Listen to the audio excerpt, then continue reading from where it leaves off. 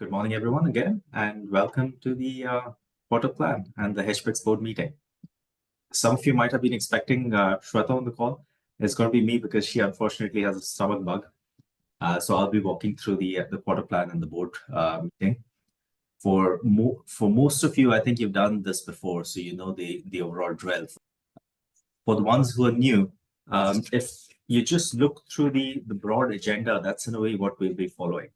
So we are essentially going to be looking at a bit of a section in which we review what we've done in the last quarter, and we add a bit of personal planning to that. And from there, we move on to the core of the section as we start thinking about, well, what's our core plan for next quarter? And start building into what are the key things that we want done next quarter. The point of this is that we are starting to identify these and then start using them for all the sessions that you have with your coaches. So your coach will essentially start using this as the fundamental building block for what we will do next. And we will do it every session that you're working with us together. That's one. And then the last section is usually the book. So we'll go through at the end the last section, which is, well, what's the learnings from the book? What have we picked? What have we not picked? Before we start, is there any questions? Yep, you can hear me. You can see me. All right. So let's do a quick check-in, and I'll do that with a story. We usually start these meetings, for those of you who are new, we usually start these meetings with the first principles and someone reading out the first principles. But I'll start this one with a short story just to remind us as to why we are here, what we're trying to do. There was once a famous Sikh guru, the main Sikh guru, Guru Nanak. He was going from one city to the other. And he took a break with his disciples and he was resting under a tree. So he was going from city A to city B. And as he was resting, someone came up to him who was going towards city A. And he asked the guru, I've just come from the city. I'm going to city A. You've just come from there. Can you just talk to me about how the people in that city are? Are they good people? Are they bad people? As in what's your experience been? And Guru Nanak said, well, how were the people, you're just coming from city B, so how were the people there? And this guy says, well, the people in that city were obnoxious. There were crooks. There were people who were always out to get me. I just couldn't leave my wallet around. I felt that I can't get out of the city fast enough. So Nanak says, unfortunately, these people in city A are exactly the same. So you're unfortunately not going to have a good time there. What that did for the guy was he was like, well, I just seem to be in the wrong place right now, and maybe I'll just go through the city as fast as possible and get on with my life. This happened, and then about 15 minutes, 20 minutes later, after the guy had left, another chap comes along. And he asked Guru the same question, that I'm heading towards city A, and I just wanted to understand, you've just come from there, how are the people there? And Guru Nanak asked him the same question again, how are the people in city B that you just come from? And this guy says, this is the friendliest bunch of people I've ever met. Everyone was out there to help me. If I asked for directions, they would show me, they would even take me all the way. I got food there, I made friends there. I didn't want to leave, but I had work, so I have to now go to the other city. And Guru Nanak says, you're really lucky because people in city A are exactly the same. Now, the reason I'm using this story is because Guru Nanak's disciples asked him, what is this? You're giving them very different responses to these two people. And Guru says, actually, it's not the people in the city. Wherever the person goes, they bring themselves. And when they bring themselves to it, that's what it creates the experience for them. So the reason I'm starting off with this little story is that today, in the next 2-3 hours, the main thing in this forum is we learn from each other. We'll do a bit of exercises, etc. But a big section of it is we need to bring ourselves 100%. If you're bringing yourself 100%, that will define your experience of what you're getting from this. So try and make sure that you keep your phones aside. You have the pieces of paper that Jeff has sent. So we have the workbooks. It's an intense 2 or 3 hours that we want to go through to make sure that we are ready. And we've planned on paper what our next 3 months are going to look like. That's what we are trying to do. The more focused we are in this, the better it's going to be for us. So this online forum is a little bit more difficult because it's very easy to get distracted. I won't really be able to see if your mails are popping up or if your WhatsApp is popping up. So it's up to you to try and say, well, how do I make sure that I'm focused enough? So try and see if you can minimize your distractions. So I'll give it 10 seconds, just turn off any notifications or any distractions that you have so that we can come back and be 100% here. Does that make sense? Okay, so let's do the following. You should all have a copy of the first principles. We want to make sure that all of us have some principles that we're following that we remind ourselves of before we get onto the session, just so that we can get the most out of the day. So it's in a way positioning our mind towards the next 2 or 3 hours. So Greg will read out the first principle, and then if one of you can volunteer for the second, third, fourth, etc. Go on. There we go. Principle 1, respect. We respect ourselves and every other member of the group. To demonstrate this value, we will be present and listen when others are speaking and not engage with our phones unless essential. Be open-minded, be kind and mindful of other members' feelings and demonstrate care when speaking and listening to other members.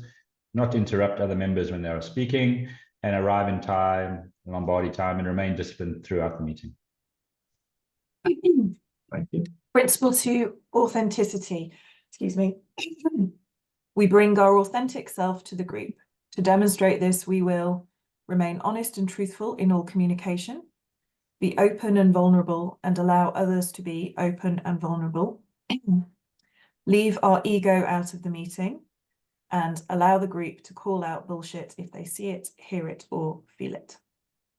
All right, so principle 3, preparation. We'll come prepared for the meeting. We'll complete all pre-assigned tasks in reading and have an update on our previous decided goals. So energy, we will bring our best selves to the meeting and ensure that we maintain our and the group's energy. We will try and ensure every member leaves the room filled with positive energy. Thank you very much. So these are just reminders as we go into the next hour, couple of hours. This is what we're trying to do. So the more focused we remain, the better it's going to be for all of us. So let's start with the first sheet of paper. So the first thing that we start with is doing a bit of a review of what we've been doing over the last 3 months. So what were the goals for the last 3 months? So what you want to bring on your screen is your own goals for the last 3 months. And then this piece of paper, which is on the attachment to the diary invite. It's your current professional situation. If you have a printout, then you can use it as a printout. Otherwise, there's a soft copy of it also. And we have about 10 minutes to just spend some time going through the current personal situation. So if you could bring it on your screens or on a piece of paper, the way you like to do it, and then just review your last quarter. What goals, milestones did you achieve in the last quarter, and what difference has this made? So it's a two-sided page of paper. The first one is just doing a review of the goals. The second one is a bit of learning.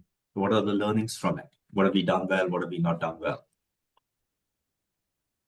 Even if you did not have properly built out goals because you've only recently started with us, just reflect on the last 3 months.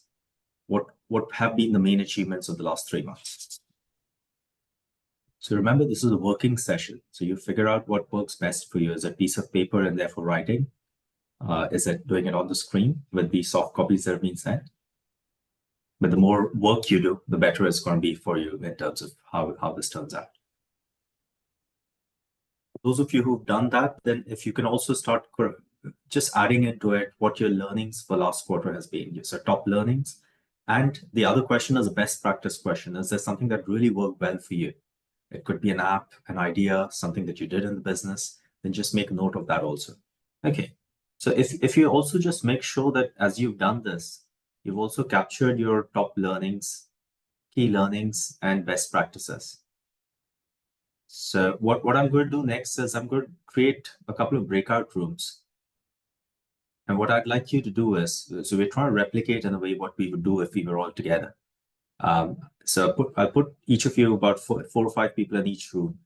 Just make sure you introduce yourself and talk through your top learnings. So what your top learnings have been, what your if there is any particular best practice that worked really well for you, and it'll also get you a chance to interact with the other people in the group.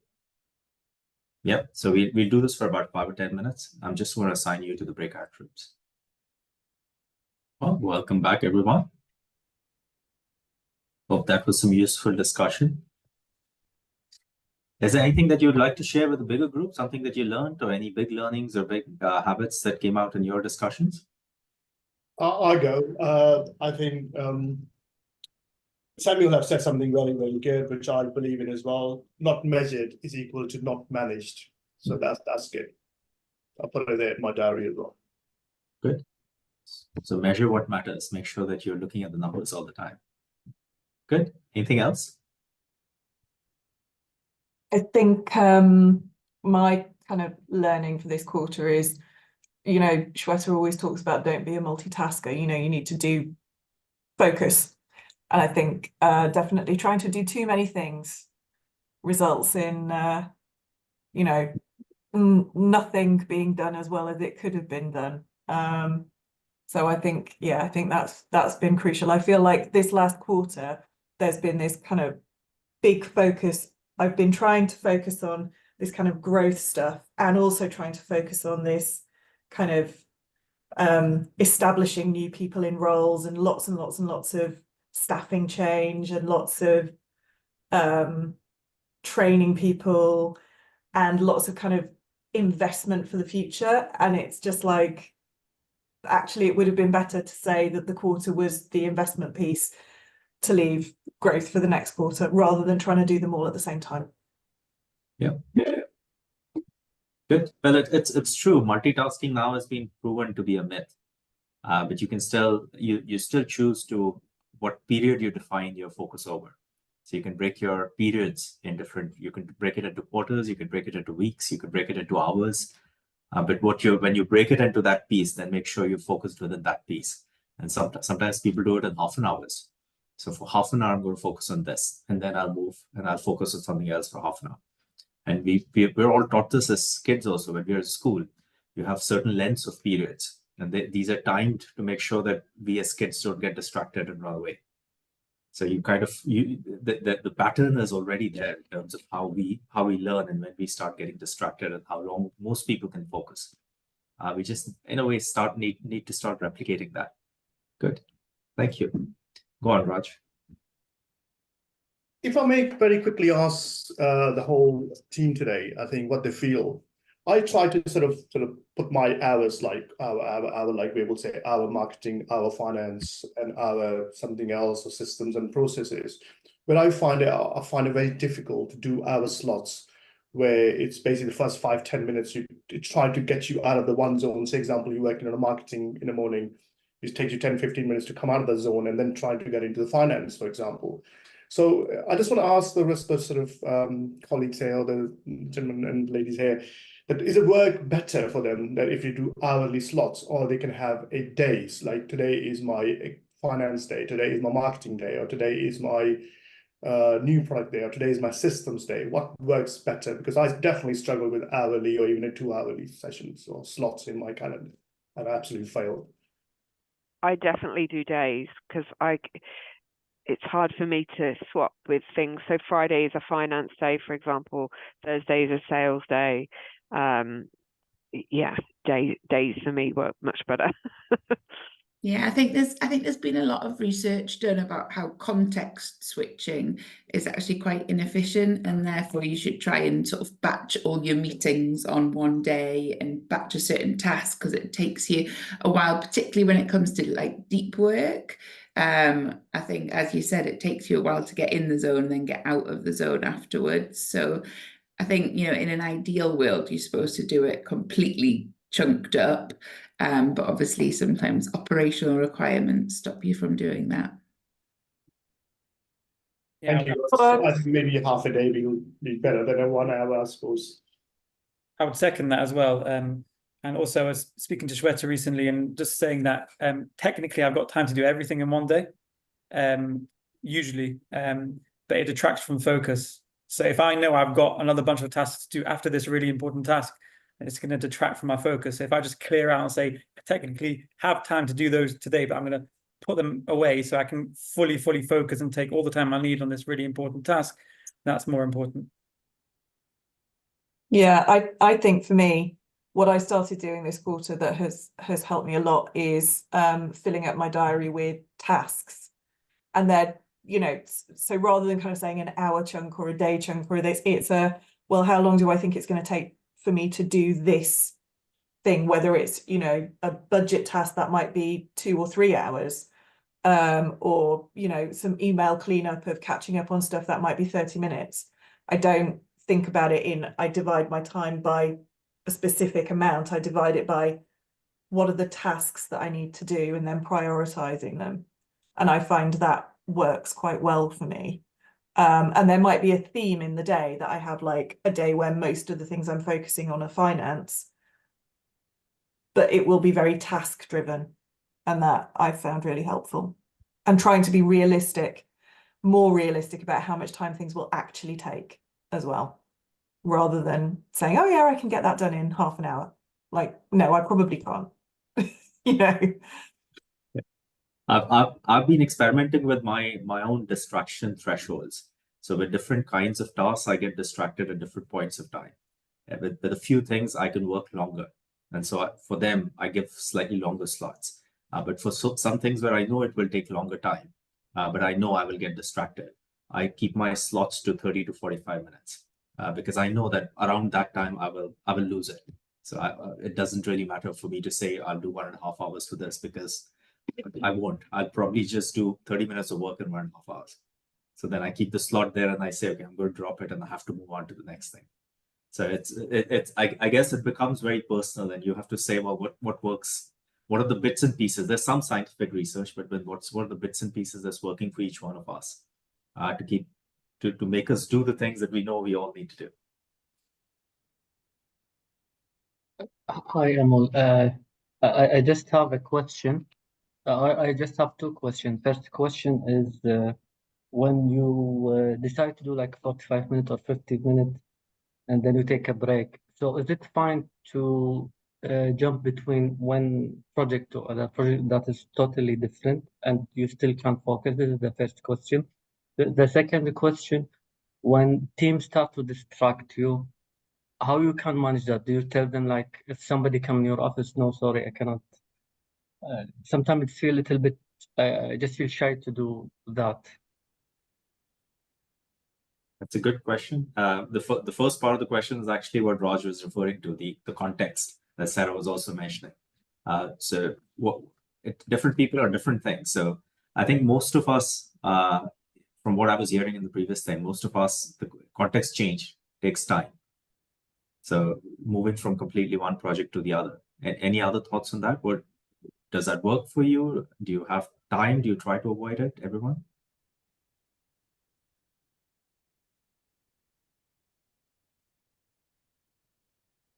Yeah, I don't have a problem changing tasks. I think it's something that we all need to kind of remember as well, is that we are more effective, more productive at certain times of the day. So it's knowing yourself. Don't go and put your finance tasks at 3 o'clock in the afternoon, because that's when you're naturally going to have a bit of a dip, right? And try and get the bigger tasks done in the morning. We all kind of read enough to know that those big tasks are better off kind of getting done in the morning.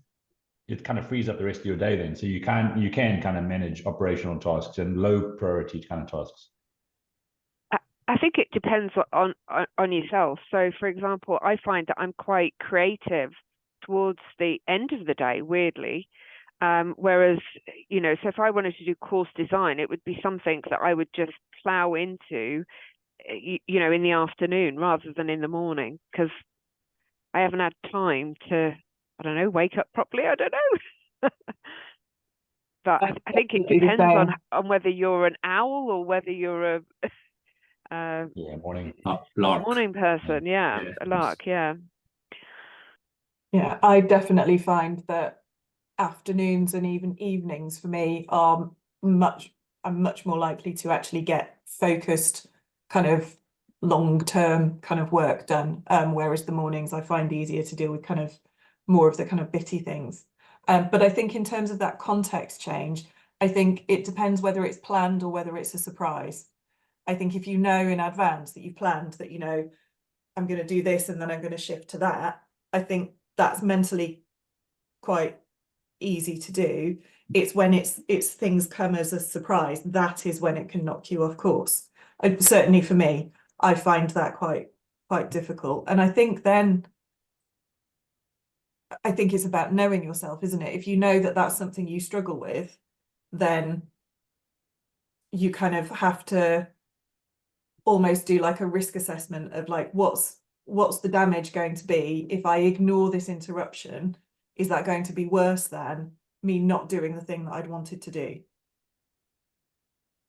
And that's, I think that takes you to the next question, which is actually one of the big interruptions, which is why your team wants to talk to you. That's the interruption. So you try and do something and your team now wants to talk to you. So has anyone had strategies that worked for you to not upset people, but still not waste your time?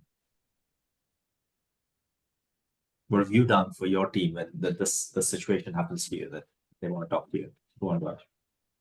I normally say it's like, unless it's absolutely urgent, we have a time slot between 3 to 5. That's the time where they can pretty much an open door to the office. They can come around.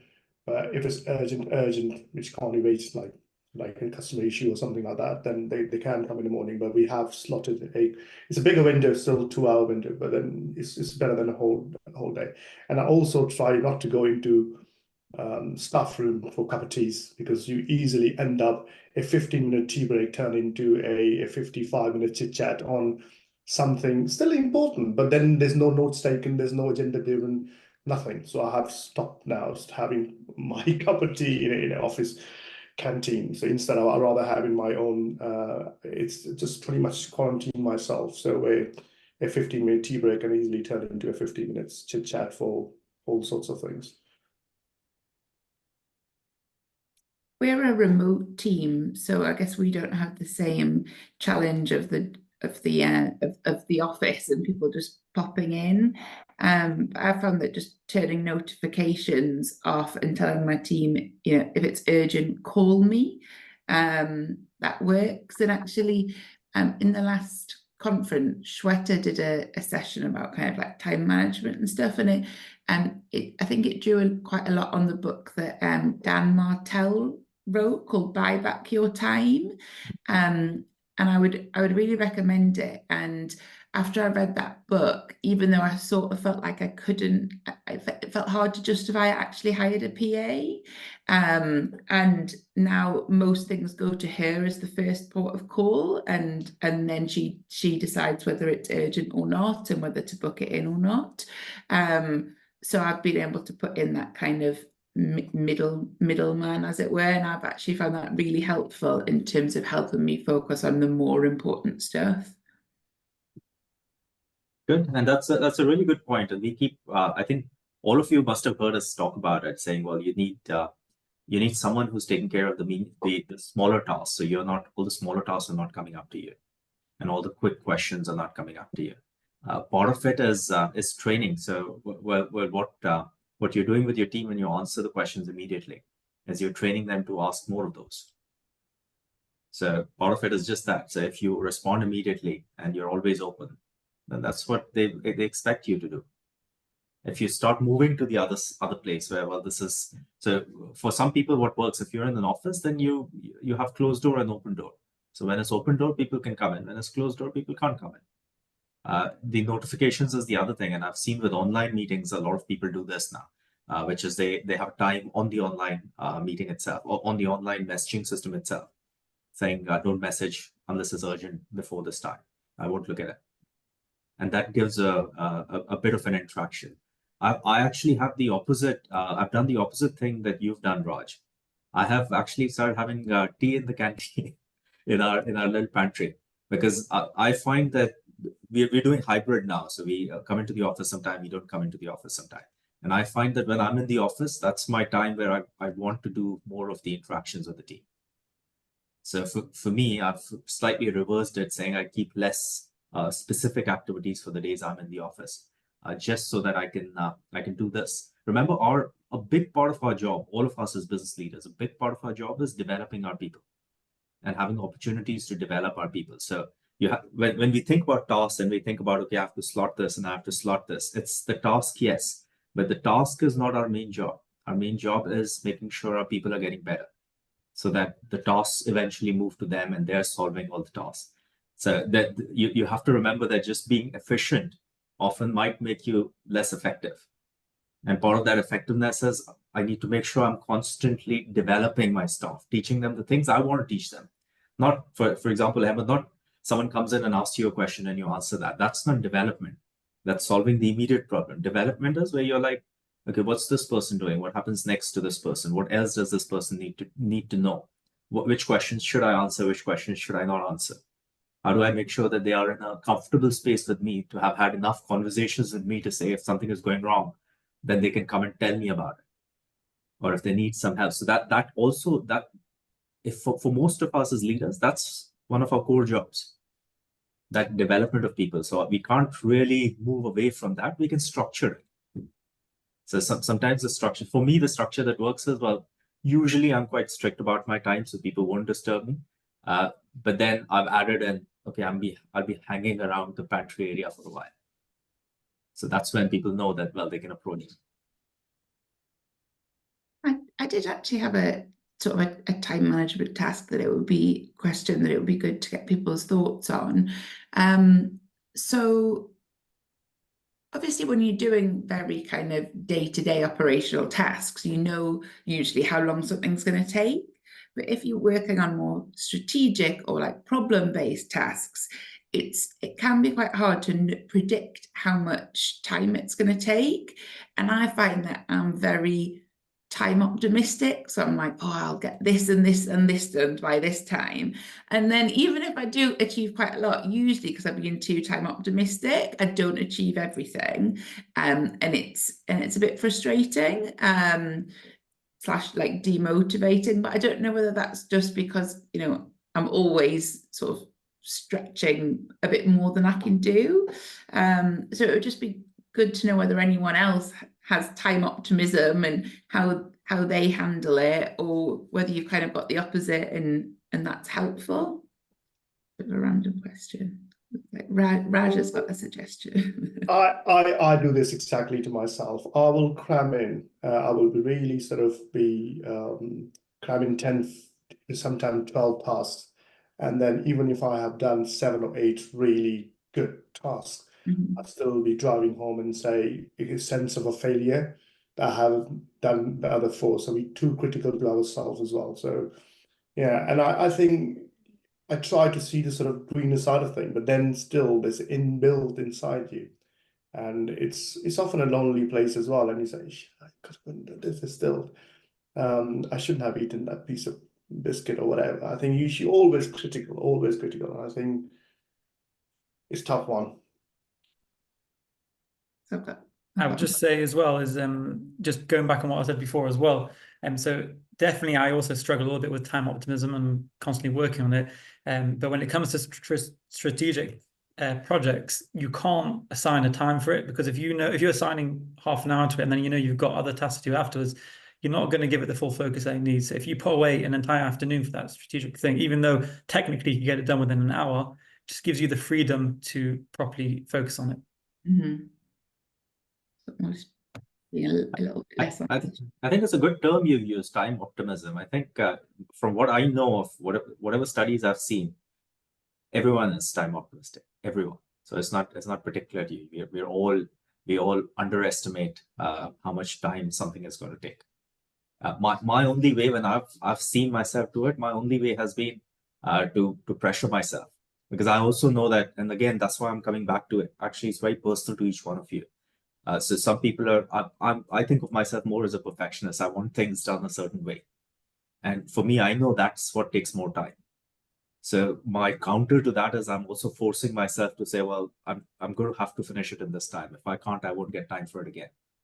So then I'm forcing myself to not complete it as well as I think I should complete it. Good enough. And exactly, and I'm doing good enough. And I'm trying to say, well, the completion is more important. Getting it done is more important. Otherwise, it'll stay on my plate forever. That's helpful. Thank you. Is you had a point? Yeah. Amol, sorry, there is just some interesting thing you just mentioned, because I found a lot of the team they have a lot of questions. They even did not think of what is the solution. They just ask questions. So you just mentioned that we should not answer all the questions. Can you just repeat that again? So this is one of the rules of leadership, really. if you have the answers, then you're not running your business well. So what you should try and this is it, right? You're training other people, but you're also training yourself. You are kind of training yourself for more questions. And I've had experiences in which I've asked so many questions when someone comes back to me. I guide them through questions into answering the question. They start asking those questions themselves before they come to me next time. So the number of times they're coming back to me is reducing. So it is, in a way, longer term development wise, that's what I want for our people.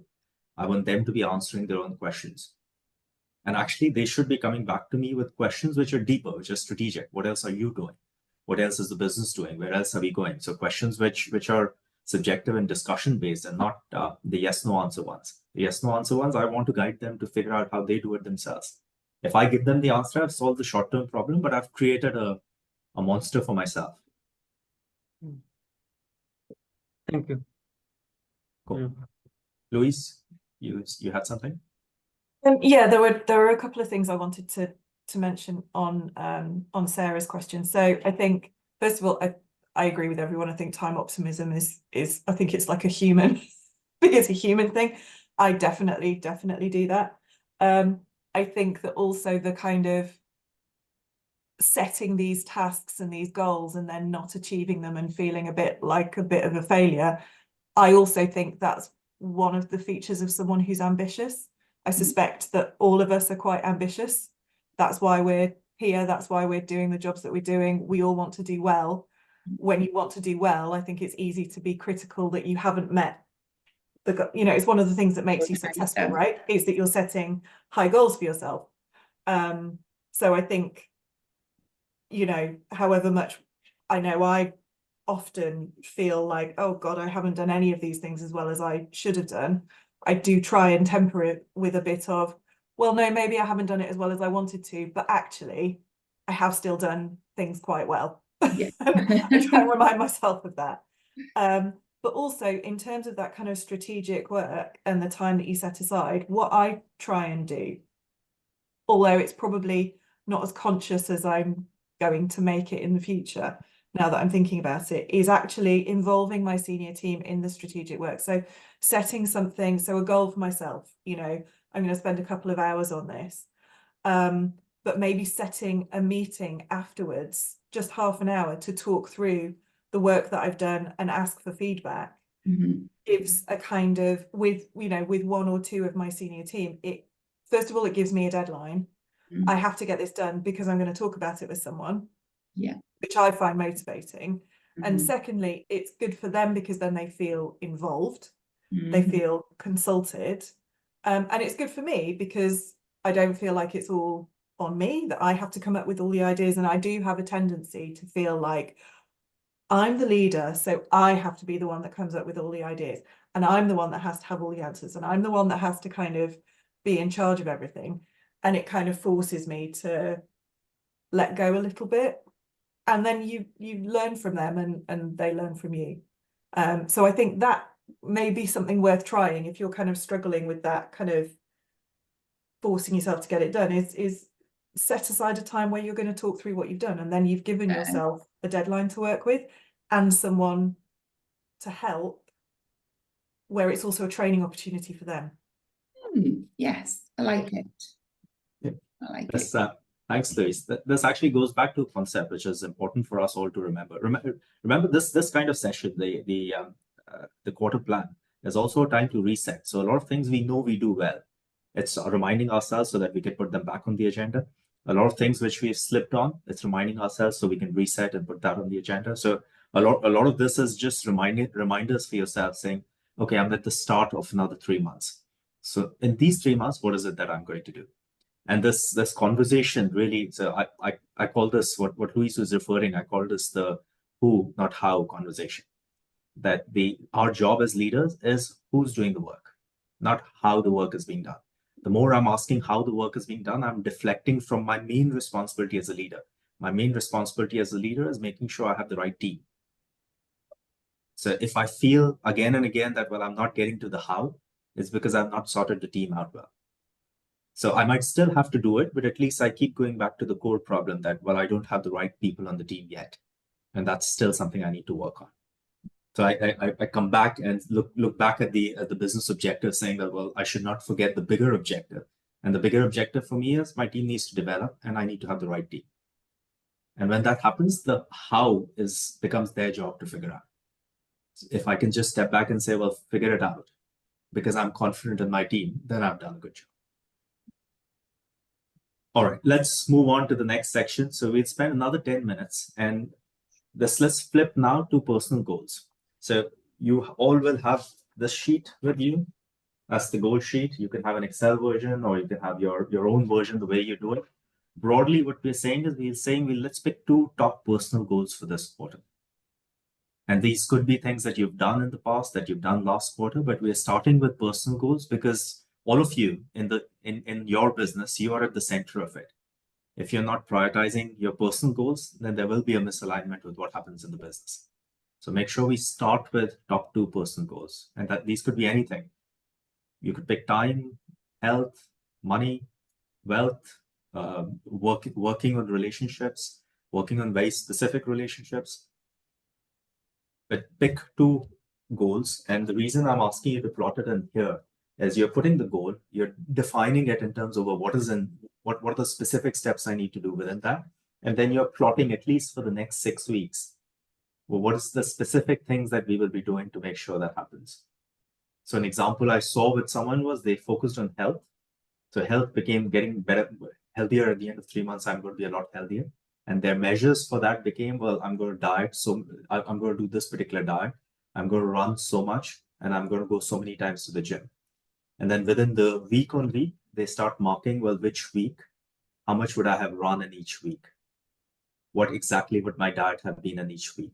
So you've plotted it. Remember what in this case and personal goals, what we're trying to do is I'm trying to live my life on paper for the next 6 weeks first. That's what I'm defining. And when I define that, I just want to make sure I remember that most of us, we tend to set goals for ourselves, which are, I'll be a changed person in the next 3 months. You're not going to be a changed person. You will change, but a little bit. So keep goals that are not dramatic and clearly unachievable. Keep goals that are reasonably achievable. If you know, and I saw one person's plan, they know they're going on leave for 2 weeks. So for those 2 weeks, they don't have any personal goals for exercise because they know they won't do it and they'll feel miserable about it. So plan your 6 weeks in that way. That what are the things that you want to do? What will you be able to do? And keep goals which you know are achievable. And this is on the personal side. On the business side, we often try and do stretch goals. On the personal side, you want the accomplishment of winning. That, yeah, I'm doing it. I'm doing the things that I want to do. So you can have a minimum goal on the personal side. If you overachieve, that's better, but have a goal that says, well, I will do at least this much. So I'm going to leave it for another 5 minutes. If you just plot your top 2 personal goals and plot it in for yourself on either an Excel or a piece of paper.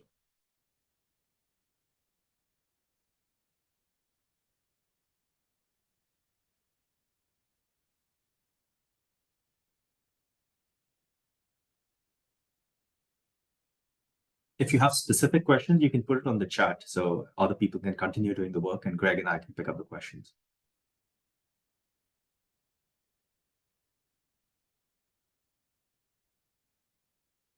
So you're just trying to make sure you're detailing it as much as possible and making it as specific as possible. So specific that when you look at it in that week, you should be able to say, yes, I did it. No, I didn't do it. The vaguer it is, the more likely you're likely to say, I think I kind of did it. The more specific is, I ran 2.2 kilometers in that week, or I did 20,000 steps in that week. That's more specific. That's a yes, no answer. So we'll start with the business part now. So this is the next hour or so is the core part of the workshop, which is let's start looking at the business and start thinking of what do we need done in the business for the next quarter. So I'm just going to share my screen again. And this is the document we are now going to look at.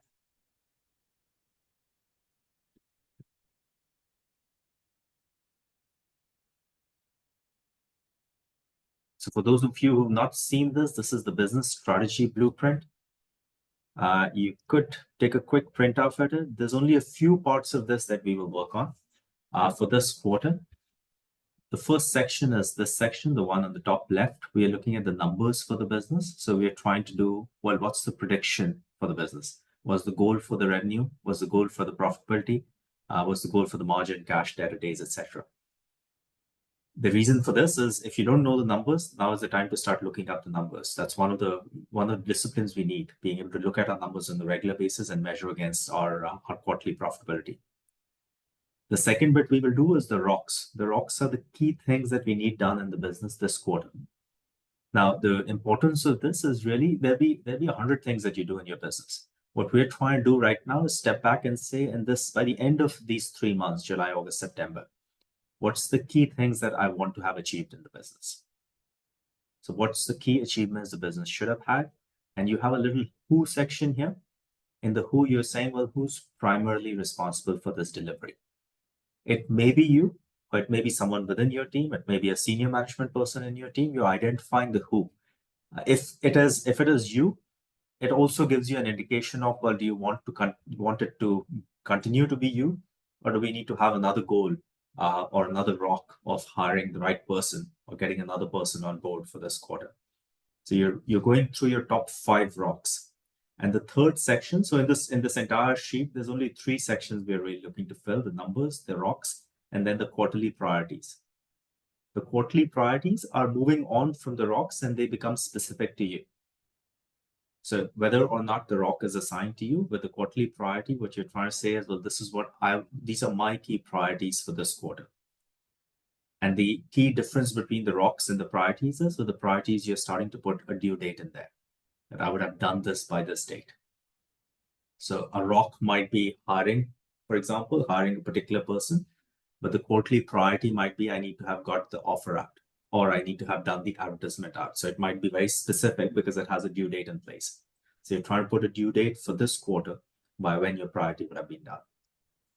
So I'm going to give it about 20 odd minutes for you to just start looking through the numbers, make sure your numbers are plotted, and start picking the key rocks for this year, for this quarter, for your business. When you've done your review, if you found something that was important in the last quarter that you've not quite picked up, then you have to evaluate whether you want to add it for this quarter's rocks or not.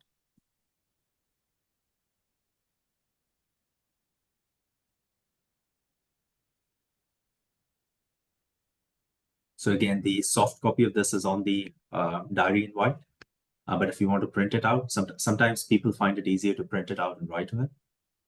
Or there's just 3 sections. You could just do it on a piece of paper. So we need you need the numbers, and you need the rocks, the 5 top rocks with who's assigned the rock, and the quarterly priorities.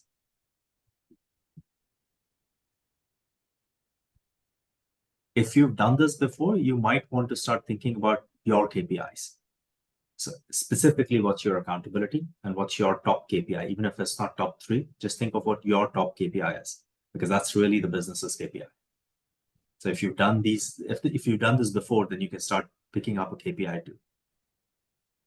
And if you've done the business strategy blueprint and you have your rocks identified, you could move on to the next section, which is starting to plot them out. So we've done on the big sheet, we've done our top 2 personal goals. We want to now do the top 3 rocks and lay out the specific activity for the top 3 rocks.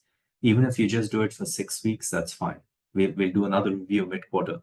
So at least the first 6 weeks should be laid out in terms of what specifically you're trying to do. All right, let's start moving on to plotting the rocks. So once you've identified the rocks, so this is a bit of an exercise in prioritization also. You need to pick your top 3 rocks.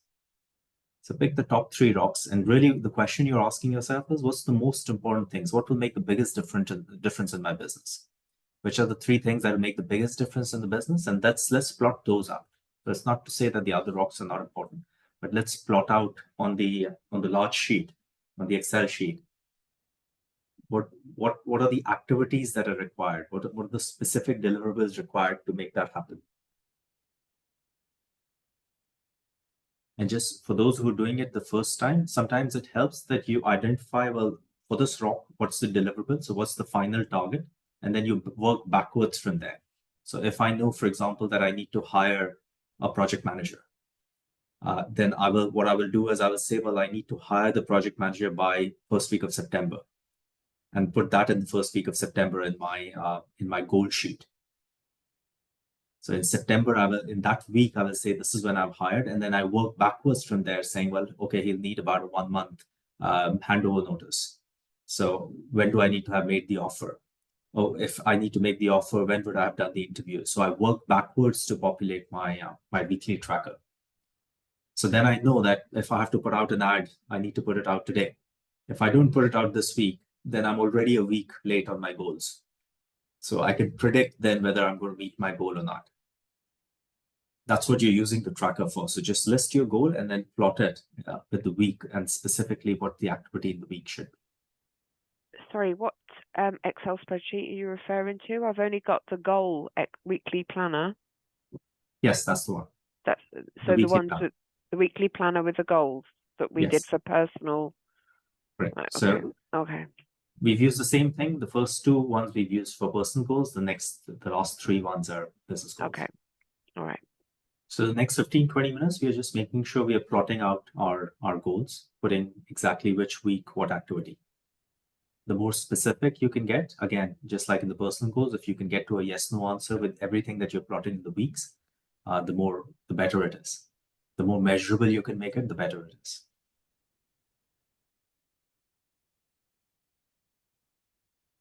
Hello, Ahmed. Yeah. Yeah. I write everything in a note in Arabic, so I will fill it in the document and then we'll send it by email. Thank you. I think, Ahmed, you should have taught Shweta Arabic by now. Yes. Well, I will. Okay. Yeah, Thank please. you. So if whatever shape your document is in right now, you can send it over.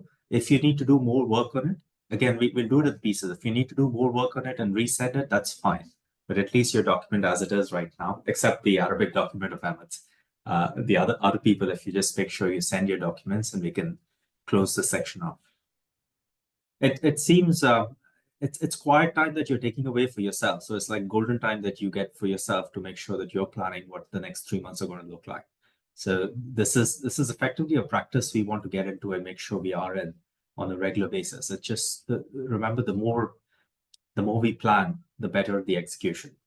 And sometimes we just roll on from one day to the other. So that's all these events are, just making sure that we've drawn the line, systematically looked at what we want our our quarter to look like. And then we'll do another review. So mid-quarter, about mid of next month, we'll do a review of where are we? Are we on our 6-week tracker? Are we not on our tracker? And then we'll plan for the rest of the quarter. Just make sure that we achieve the key things that we want to achieve. The reason we get you to send these to us is because we actually want to use this as part of when you're sitting down with your coach. We want to be using these to talk about not just the things that are urgent and important, but also the things that we've said that these are the most critical things for us for the next quarter. So we will walk through these every time really we sit down with you. All right, so let's move back now. We're now going to talk about the book. How many of you had a chance to, I know some of you are new, but how many of you had a chance to read the book, Psychology of Mind? Good, perfect. What did you think? Good, everyone's read it. Well done. What did you think? Who wants to go first?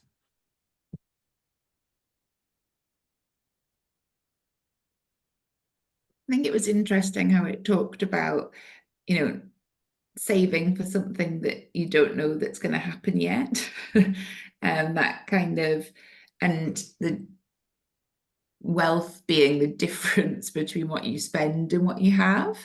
It's just sort of changing those perceptions of wealth rather than what you're buying, it's what you're not showing. And also just the importance of, I guess, saving for a rainy day, because surprises come in life. Yeah. So effectively the definition he gives of what wealth is, getting wealthy versus getting rich, and how these are two different things. And richness shows, but wealth builds up and it accumulates through savings. Good. What else? Who else picked up something? Anything interesting that anyone picked up or thought that this was very insightful.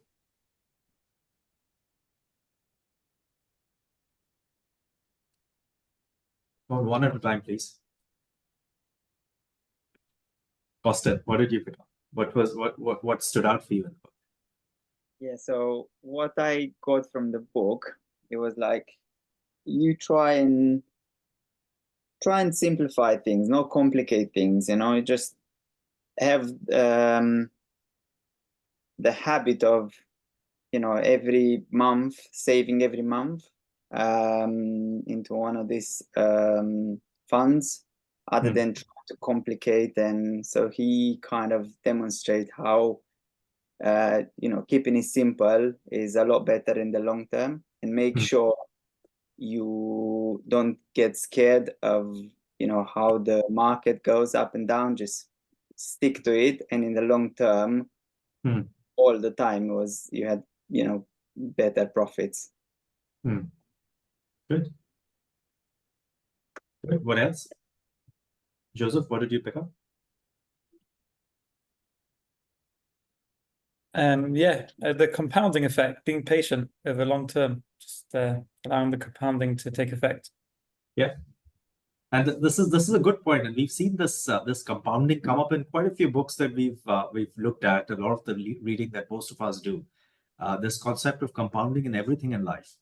That sometimes you just need to do simple things. You don't need to do complex and varied things. You just need to make sure you're doing something consistently, and that adds up. And we don't really understand. Our human mind is not made to grasp this concept of exponential and compounding.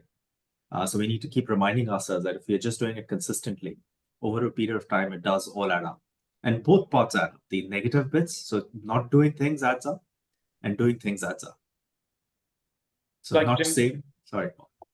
Like Jim Collins' 20-mile march. It's just being consistent every year, making sure to do to a minimum, not to do too much either. Yeah. So the consistency, the most recent, and someone pointed it out yesterday in the board meeting, is that even with sleep, now they're saying that everyone keeps talking about the importance now of sleep, of getting 6 hours, 7 hours, 8 hours of sleep, and that really determines how your day goes and how your health is affected. And the new research on that shows that actually it's not just the quantity of sleep, it's the consistency of sleep.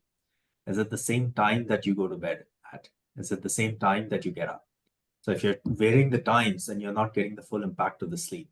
So it's equally important to be consistent as it is to get a certain number of hours. And that's interesting. So again, it goes back to just very simple goals, make sure that they're achievable minimum, but do it on a consistent basis. Good. What else?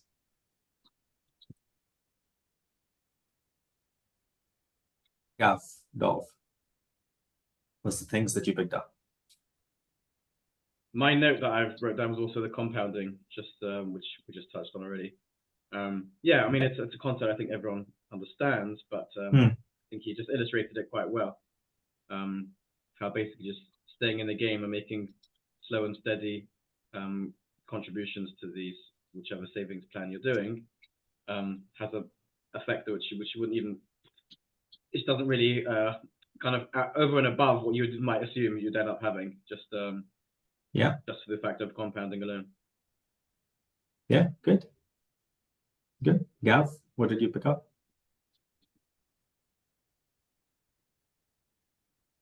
I actually haven't read this book. Dov and I take turns reading each book. Okay.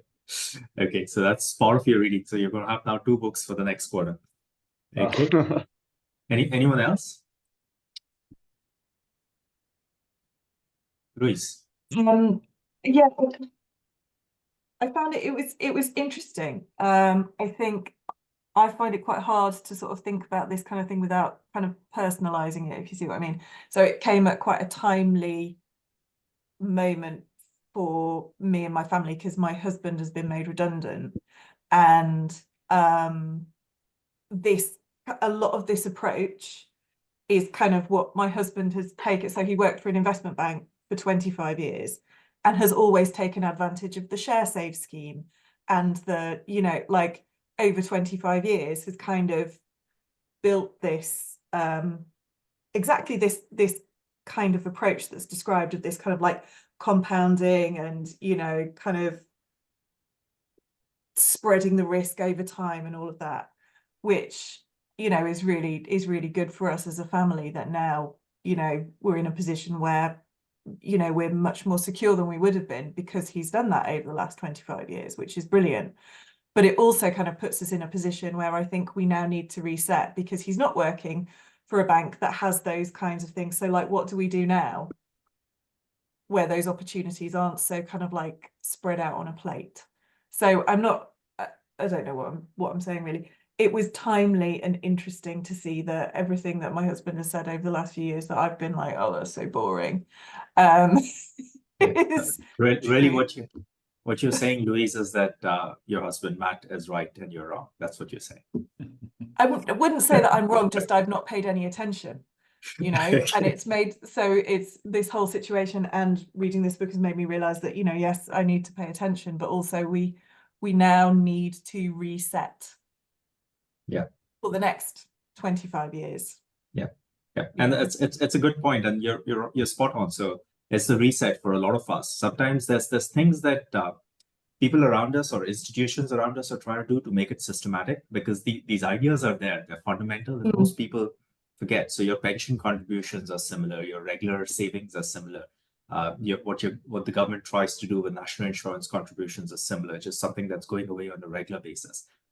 When you have to do it yourself, then there's a bit of a reset and thinking about, well, how do I continue to do what was happening before? And how do I continue to do it in a small, systematic way? I think what I find interesting about it is, you know, just the title, The Psychology of Money. And I see that reflected in my own family life, that my husband has this approach, but that's his family's approach.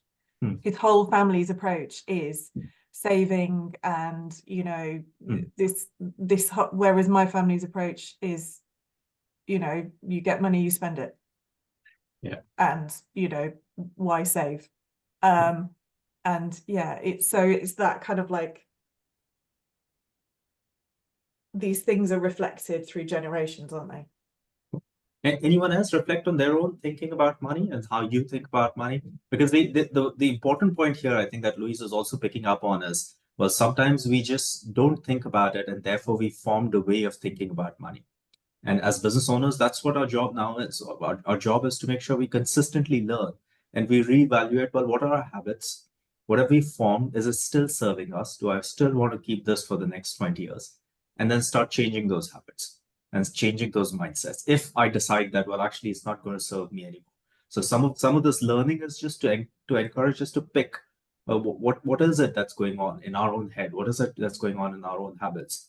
And do I want to continue that, or do I want to change? And therefore start identifying, well, okay, so what's the new habits that I now need to build in? Anyone else see their own perspective of money, or how they think about money? Any thoughts on that?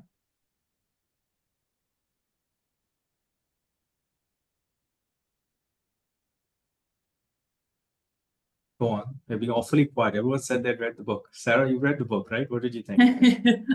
I think it was interesting what Louise was just saying there about, you know, different attitudes towards money.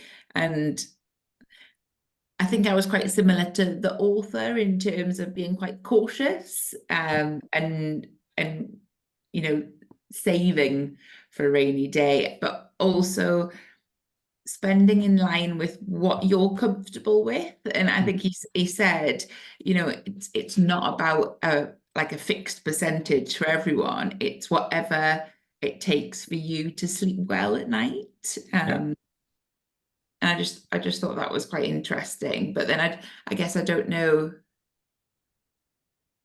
you know, I don't think there is a right or wrong to that, but there's a massive spectrum of how people might feel. Of course. So you're spot on. So one of the things he's talking about is different people are looking at money very differently, are looking at thinking about what's happening very differently. And that's also something we need to acknowledge, that there is a reality and there's perception. So we're all wearing different lenses when we think about the same topic. And it's just recognizing that actually the lenses could be based on anything. It could be based on history, how people have grown up, what their family has been, what their inclination has been. So they have very different views of the world especially when they think about money. Then I guess, like, should you be questioning your own money approach? Like Louise said, it comes up with your family upbringing, and I can recognize a lot of my caution in my upbringing, and my granddad was an accountant, and he was like always saving for a rainy day, and so that's the way I am. That's what helps me sleep well at night. But then sometimes you think, well, would it be better to have a less risk averse approach? And that's the spot on. The question is spot on. So, and the question, the reframing of the question, and this is money, but you could think about it for any value of yours. The question you're asking is this value going to move me forward for the rest of my life? Is this serving me? Is the value serving me? That's the question that you're asking for. And that serving could be, well, it helps me sleep well at night. That's, yes, the value is serving me. It could be that, well, actually it's helping me accumulate and save for the rainy day, and it's helping me live a comfortable. So that's serving me. It could be that my money is not growing as fast as it could. Then it's not serving me. So in a way, with each of these, I'm starting to ask the question, and I'm reflecting because it's different for everyone. It's not one answer for everyone. You kind of need to arrive at your own answer saying, is it still working for me? And that's the same with every value also. Is that value still working for you? Is frugality as a value still working for us? It could be anything. It could be, well, how do we behave in terms of what we do for work, what we don't do for work, how we talk, how we don't talk. Are those values serving us? What did everyone think about his concept of this moving goalpost that we all seem to have for money, which is we set a goalpost saying I'll be happy when I have this much, and then we get that much and we forget about it, and by that time you're already worrying. What was everyone's thinking about that? I've had someone say to me, a professional, that he works with clients who have helicopters. They use that as their mode of transport. He said they're not making it through the month. It's all about moving the goalposts. Yeah. So the example that they use of you can be rich and you can keep getting richer, but if you keep moving your goalposts, the expenses are stickier often. So you start getting used to more expenses. The income sometimes is not as sticky. So when the income comes down, then your goalpost has met. So what have you all thought about for yourself? Have you thought about a number that at this number that we would be a little bit more financially independent, and this is the number of savings or net worth that we need to get into? No? How would you go about thinking about it? Sorry, Louise, go on. No, I was going to say this is probably one of the things that I found quite difficult to relate to in the book, I think, is and I think this may just be my personality and also my upbringing. My husband is always the one in our relationship when it comes to finances. He's the one that's always sort of thinking about wanting more, wanting, a better car or this or that. I'm like, I never in my childhood could have imagined being this financially secure. Like, we were very poor. So for me, I've always been like, well, I feel great. I'm quite happy. So no, like for me, the number has always been, do I have a roof over my head? Do I have a roof over my head? Do I have clothes on my back? Do my kids have food? Done. And as long as I know that we've got that, then obviously more is nice, but it's not my driving force. Whereas for my husband, he wants a Porsche, and he's furious that we still don't have enough money for a Porsche without making other sacrifices. And I think this whole kind of psychology of money, it's about that kind of like, if we just left it down to me, we'd never have more, because I'm not, I feel quite wealthy just with my normal house. At the same time, I probably have a level of happiness that my husband doesn't have. So it's like we need that as a balance. I don't know. I found the whole kind of concept that like you might be envious of other people or you might want more. I found that quite hard to relate to because it's just not how I feel about things. Okay, that's good, but you can see that's how it might work for other people. It might not work. I absolutely can. I absolutely can. It's not something that yeah, it's one of the reasons why it's probably better that Matt is in charge of our finances, right? For the business, I feel differently when it's making money for other people or making money for the business, but for myself, it's not. Yeah. Any other thoughts? Anything else that people felt or took away from it?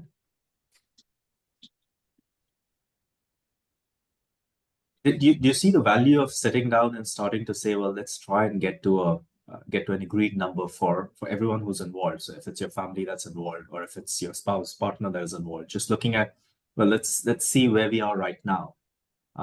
All of us, and if we focus on the compounding of our health and on health, we have a few years ahead of us, a few decades ahead of us. So now we need to start thinking about what happens next, what happens in the next future decades. And that's where you can start looking again at, well, therefore, what kind of income works for us. And we found this exercise for a lot of business owners, it helps, where you're starting to get to at least an asset value, saying this kind of asset value will assure some kind of freedom for us. Because this asset value will ensure a certain kind of income. And then you move to this concept of, well, I choose to work. I choose to do the things that I'm doing. And move away from the concept of, well, I'm having to do this. I have to do this. Yeah, so sometimes money just releases you into that little bit of freedom where you say, well, actually, from this point onwards, I have a choice. Yeah, so let's go to action points. So any action points that anyone has taken away from the book?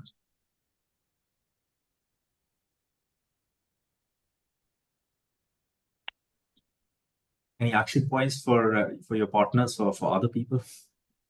So my action point, and it's been ongoing anyway for the last, because our financial picture has kind of changed, is to do more planning together and make sure that I fully understand exactly what we're doing, and also to, I feel like my husband is the one that does the long-term planning and I'm the one that does the short-term frugality. And he's not very good at that, whereas I am. And so it's making sure that we're both learning from each other. We plan our family finances so that I think that my takeaway from this book is that, yeah, it's good to take stock and it's good to actually have a plan. Good. Perfect. Sam, Raj, takeaways or action points? I think I listened to this book as an audio version and many that's 8-9 months. I didn't like the book, and I think the book was reasonably overrated. The reason for that is, coming from a South Asian Indian family, we always been into this saving scenario, and coming from a working class family.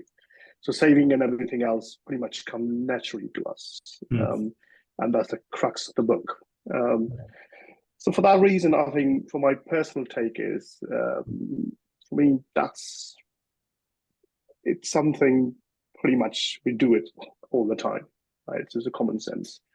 But yeah, so this number will be good, a comfortable number. Perfect. Sam? So today was the first time I've heard of the book, actually. I don't know if it's because I missed the thingy day. But it sounds interesting. I will download it for sure. All right, perfect. Costin, thoughts, Joseph? Action points that you want to take away? Yeah, I should have been born in an Indian family. Next time. Yeah. Anyways, it kind of reinforces the habits, the good habits. Yeah, thinking about the reset and a number as well. Make sure you stick to it.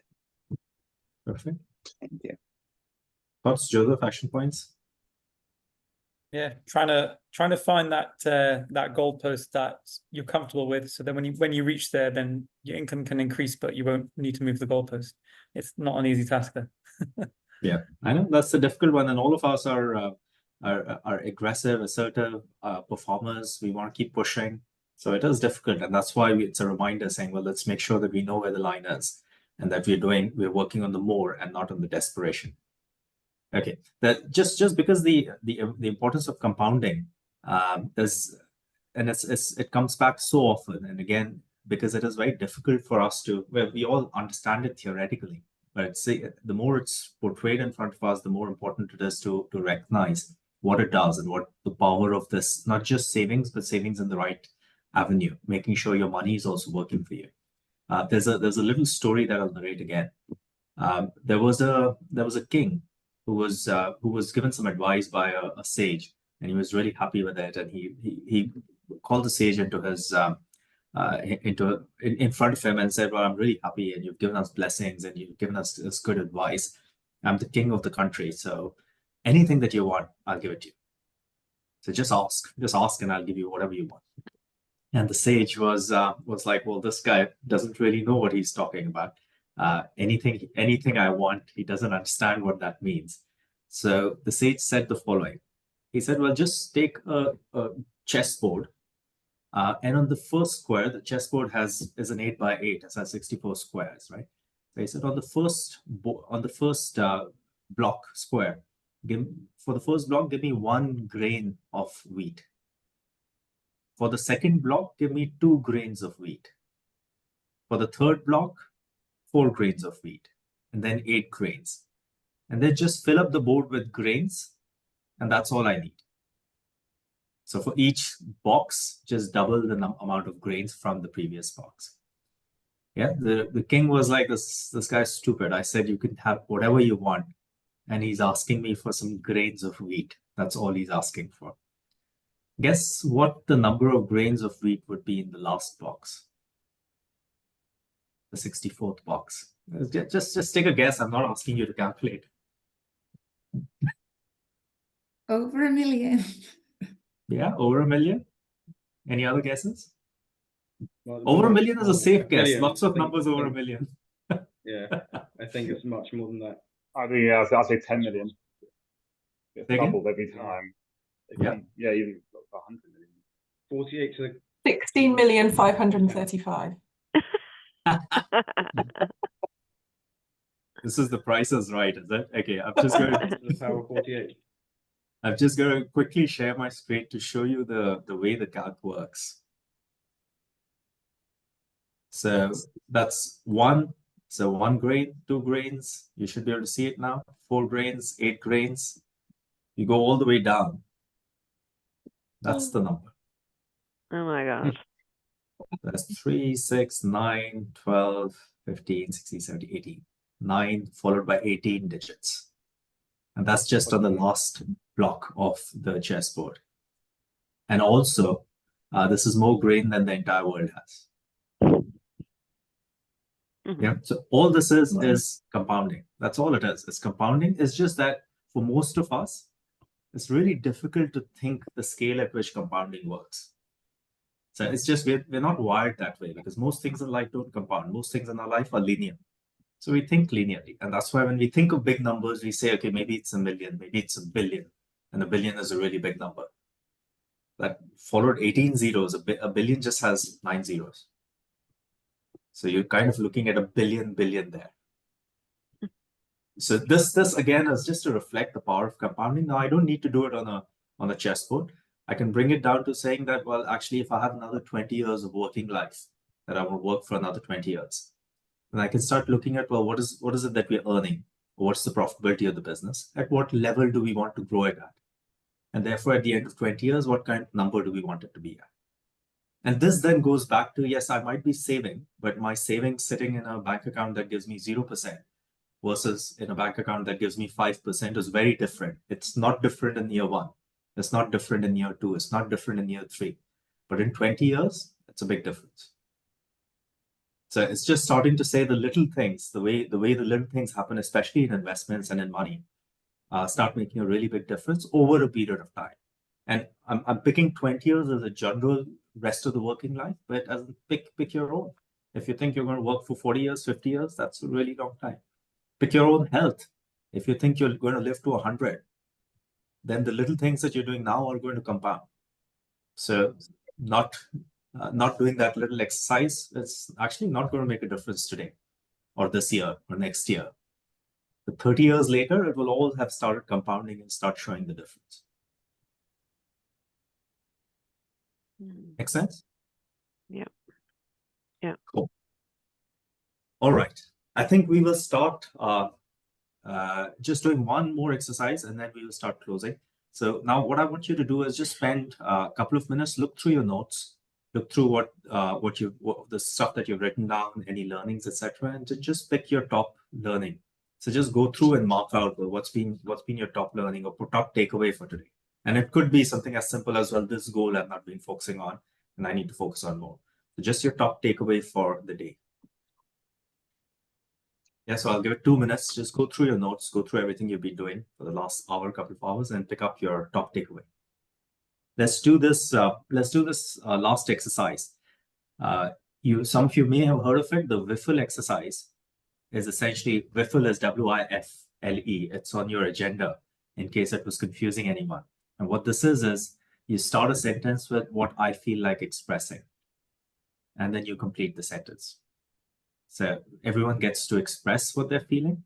That could be a learning, that could be anything that's on your mind. And that's in a way how we go through and close, right? So who wants to go first? Start the sentence with what I feel like expressing and complete the sentence.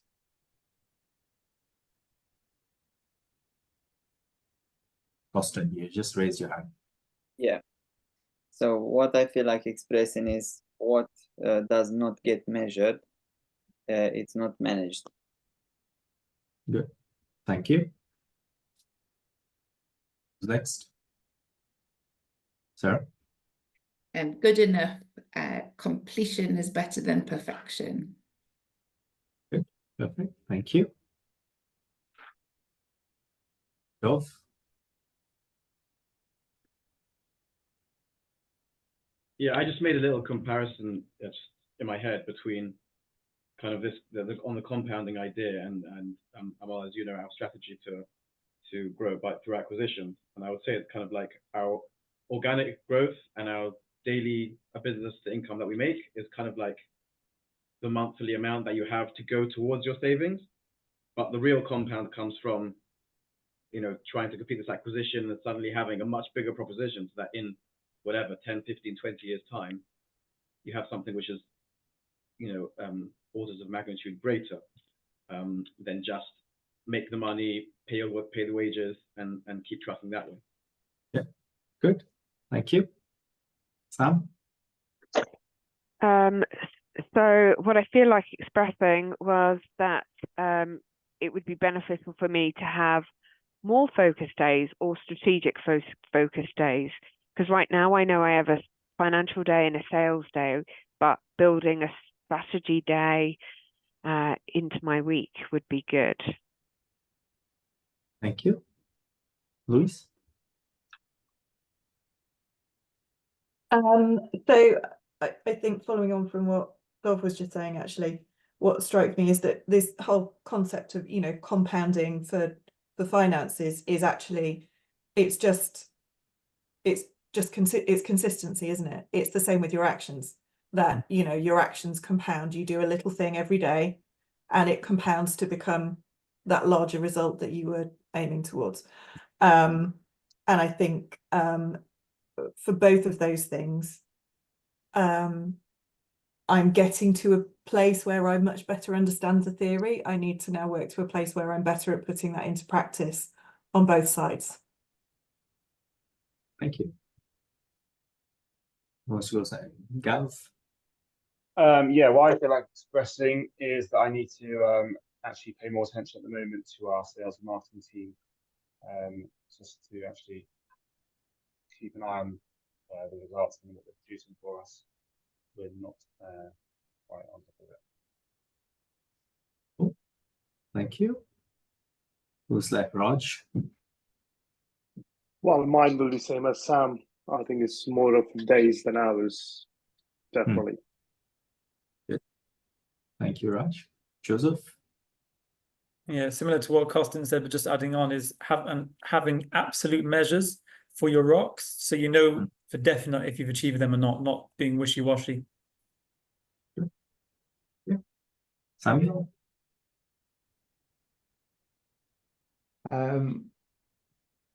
Well, I don't think from my point of view, feel like expressing regarding goalposts. For me, there's no such thing as a goalpost. It always moves and it always will grow bigger no matter what. And there's just no amount of money that's enough. But I think there might be some value in setting something, at least that you'll know that you'll be okay with, instead of always feeling like you're in this solid rat race that will never end.